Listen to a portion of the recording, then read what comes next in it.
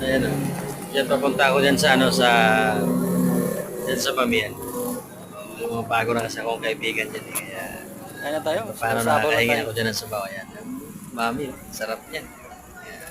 So, dito na kayo bumili mga idol ha. So, dito sa Kuya, hinihingian ko ng sarap. mami. Ay, kuya, nagpa-vlog yata to Dito na si kayo bumili. Kuya Gard ah. Mami ang customer nila dito kasi layo nito Daming kapag sabaw. ganitong oras. Humingi ako ng sabaw dyan kasi pagka Kasi kumakain ako sa gabi, pag joke ako pag gabi, hirap kasi kumain pag wala kang sabaw.